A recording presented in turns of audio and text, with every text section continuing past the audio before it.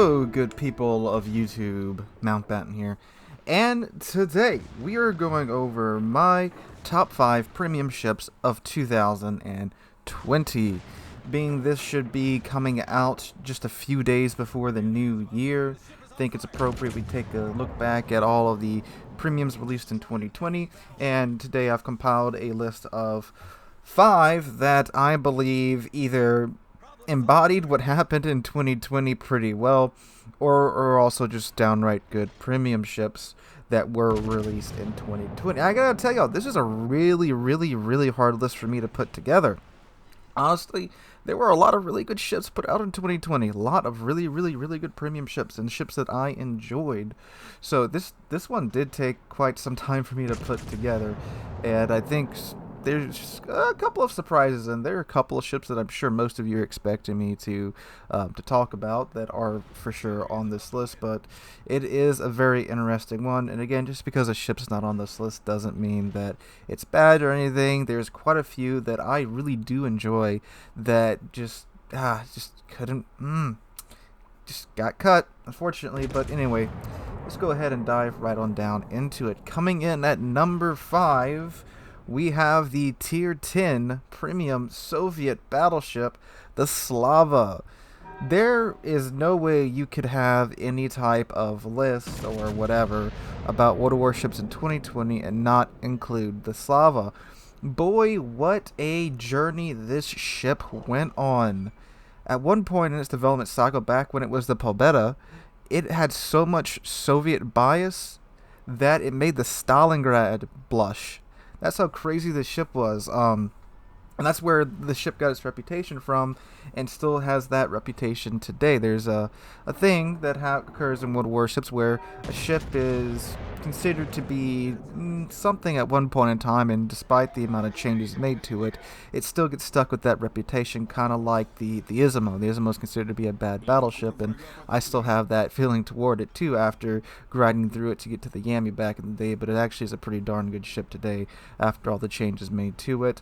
Kremlin is still considered to be ungodly OP by a lot of players, even though it's been hit with the nerf hammer several times in major ways. But Slava still has that stigma around her, and the Slava that we got is nowhere near as nutty as the Slava of past. So Slava, 9 16-inch guns with Soviet bias shells and the Soviet dispersion gimmick in reverse, so the further away you are from the target, the better your dispersion. And man, when you are at maximum range with the Slava, letting these shells rip, boy, you get some good salvos. But of course, they are 16-inch shells at tier 10. She only gets 9 of them.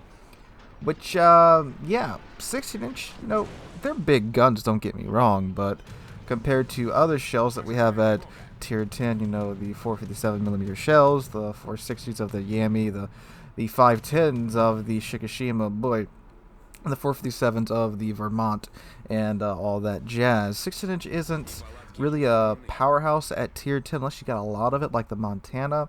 So the Slava runs into this situation where it's backline sniping like it's supposed to be. It can't overmatch the bows of any of the tier 10 battleships except, of course, the Slava, because the Slava has a 25mm bow. It's got good pin angles, but most tier 10 ships have enough armor to where if they angle slightly, they will pretty much ruin the Slava's day, except for light cruisers and some lighter armored heavy cruisers. So then the Slava just gets relegated to just HE spamming, the entire match, which it's okay at because of the accuracy, but doesn't really have that great of HE. Not only is its bow and stern armor also decreased to 25mm, which means it can get overmatched by literally every tier 10 battleship, and just about it, every tier 9 battleship too, and even something like the Siegfried. Its armor all around has been decreased tremendously too from the Kremlin's armor, and it also has less HP than most tier 10 battleships as well. It's slower than just about every tier 10 battleship. It also only gets the normal damage con, doesn't get that nice Soviet damage con too, and one less heal. So yeah, Slava pretty much gives up everything to get its great guns. Now don't get me wrong, if you are broadside to this ship and it has a decent commander in it, you're going to get slapped to like yesteryear hard. extremely hard because these 16-inch AP shells are moving incredibly fast, and they pack one hell of a punch. So Slava, yeah, not the monster that we saw early on, but when it got released, it's still, it's a nice sniper, but definitely not the monster that we all thought it was going to be. Alright, moving on down to number 4. We have the Tier 9 German supercruiser, the Siegfried. So the Siegfried is another ship that went through quite the parkour course in its development cycle. I think there was like, 3 or 4 different variations of Siegfried in testing that we know about at least. And man, we got a pretty good ship when it got released. Now, unfortunately, it did get released into the research bureau, same with Slava, so you do have to regrind lines to get these 2 ships. But Siegfried has 6 15-inch guns, and these are by far the most accurate 15-inch guns in the game. Instead of getting battleship dispersion like just about every other 15-inch gun in the game, it didn't get supercruiser dispersion. It got cruiser dispersion on her 15-inch guns, which leads to some incredibly wonderful salvos from the Siegfried, and consistently wonderful too. It's not like you get a pretty good salvo every now and then. It's like, no, you usually get pretty good salvos unless RNG just doesn't like you. And man, this ship is great for catching people off guard and just slapping the crap out of them with 15-inch guns. Add on top of that it does of course get torpedoes and hydroacoustic search and a heal, and it's got a pretty good belt armor too. It's got a 90mm upper belt, which allows for some pretty fun shenanigans. It also gets German secondaries. Now, this is something that could change with the Commander rework, even though Wargaming has come out and said that they are not going to lower the efficiency of secondaries in the Commander rework. We'll see what happens with that, but Siegfried is one of the, I think, 2 cruisers that can actually run with a viable secondary build. She has those great German secondaries. They get pinned 32mm of armor, and they got great range. You can get them out to 11.5 kilometers, which is fantastic. They have a pretty good, decent fire rate if you build into it. Also, you can build your Siegfried to where her secondary range and her concealment range are literally the same. So you can imagine all the shenanigans you can get up to with that. And also, it's pretty maneuverable, pretty fast ship. And it's just a great ship all around, and is one of the 2 Research Bureau ships that I do believe are actually worth regrinding. Currently, at least, with the Commander rework, we'll see what happens with that. But if they keep it like it is, it's going to be a fantastic ship from now into the future. And even if she does lose her secondaries in the Commander rework, and they're not as great as they are now, her guns are still just awesome, honestly, too. You can play it from medium range or long range with these 15-inch guns, and it'll be great. You can play it for close range with the 15-inch guns, the secondaries, and the torpedoes, and she's great for that. Just really good, fun, all-around cruiser. Alright, moving on down now to number 3, we have the Tier 8 Premium Pan-European Destroyer, the Orchid, and I'm sure this is catching many of you off guard. So the Orchid is what I like to call Cossack 2.0, kind of, because Cossack was a great cap defender, and it was for a while in its heyday the best Tier 8 DD that we had for quite some time. Now, is the Orchid better than the Cossack? It's tougher for sure. This is one tough DD, I'll tell you that much for sure. So the Orchid, if you don't know, it's a pan-European DD. It has 6 120mm guns, radar, a heal, no smokescreen, and engine boost, which no smokescreen probably turns a lot of people off. But the thing is, this is a very challenging DD to play, but if you can figure it out and play it right, this is an absolute monster of a cap defender, and will just kick the teeth in of most other DDs it runs into, sands like Kitakazi or Smallland or Friesland, but most other DDs it will control the cap and kick them out of it. Now, to get what she has, she of course had to give the smokescreen. Her torpedoes are the pan-European DD torpedoes, which means they move pretty darn fast, but they don't have much of a kick to them, and they also reload quickly too, which is very nice. And I just really cannot overstate the toughness of this DD because of those heals. In the clip you're watching right now, this isn't a high damage match or anything, but just the amount of punishment I take in this match, the fact that I'm still alive, at the end of the multiple times I had to go into the cap and contest it and kick other ships out, along with I think I had like a lightning with me or something like that. The amount of times I had to do that and survive, and the ship was just able to pull it off, is great. And again, this is a very challenging DD to play.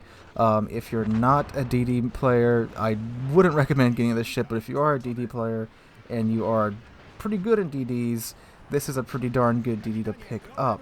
And of course, it's got that 7.5 kilometer radar, which is great for surprising DDs that are sitting in smoke. You know, a lot of hydro DDs, their hydro range is only 2 or 3 kilometers, so you got, again, they're pretty close to them. But with the Orchid, 7.5 kilometers away, you can start raining down upon them with your 120 millimeter guns. Now, the thing is, of course, with the IFHE rework, the 120 millimeter guns did get hit pretty hard with that. And, you know, even with IFHE, you really can't get past a meaningful threshold anymore.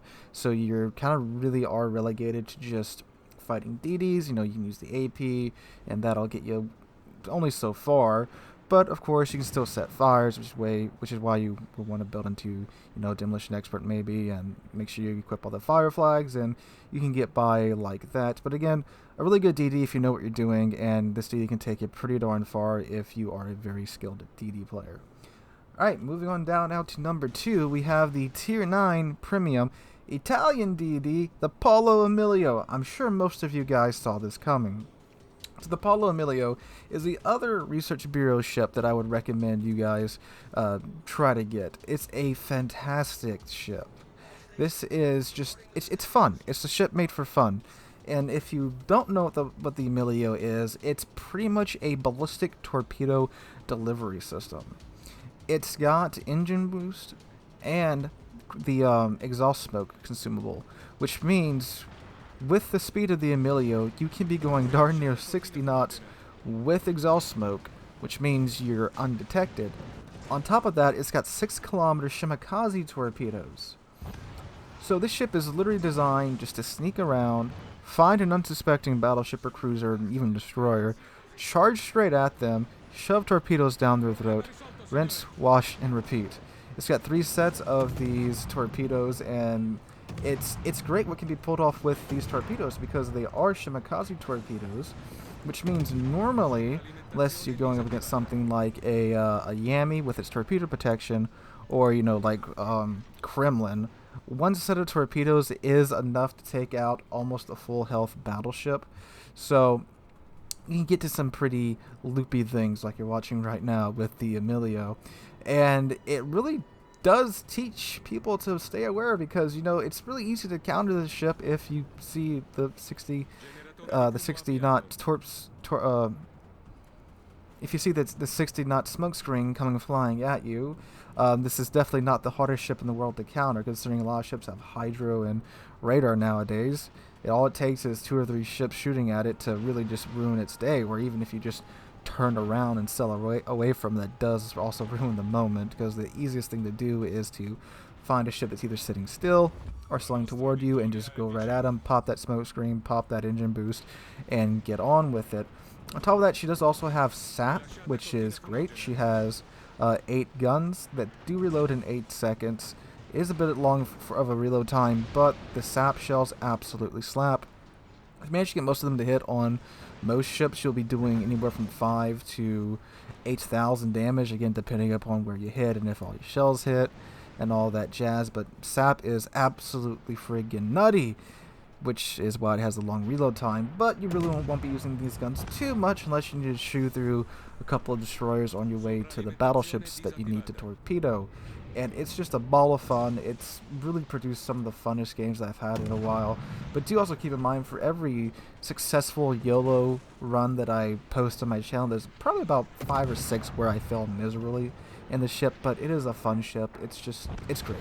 I do recommend you guys would regrind lines to get the Emilio. It's a pretty easy ship to play. If I can do it, you guys most certainly can. Alright, coming in at number 1, we have the Tier 10 Japanese battleship, the Shikashima.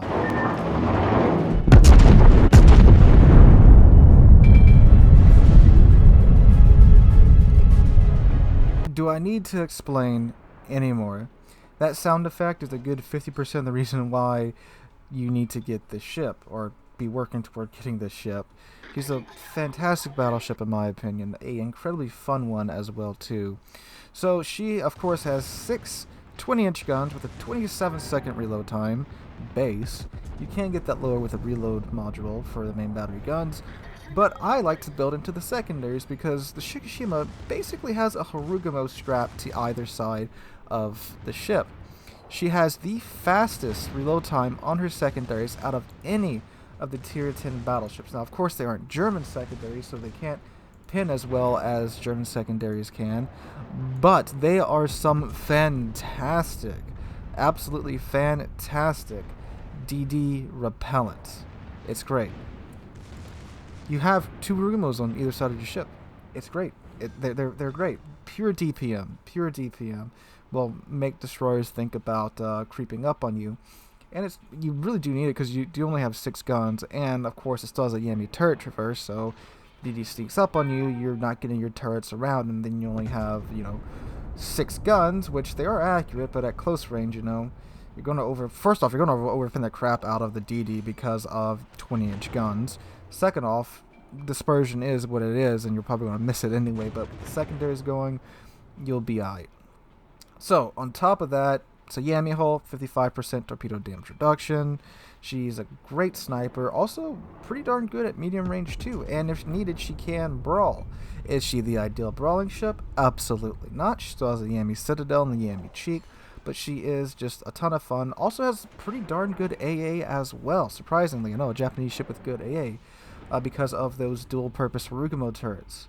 And, will CVs still go after you? Yes, but you will probably make them pay a little bit more than the Yami will.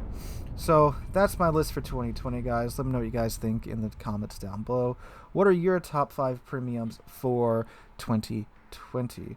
Hope you guys are having a wonderful Tuesday, maybe? No, Wednesday when this video will be coming out. And I hope you guys have a great 2021 if you don't hear from me again until 2021. Anyway, guys, hope you're having a great day. Hope to catch you guys in the next one.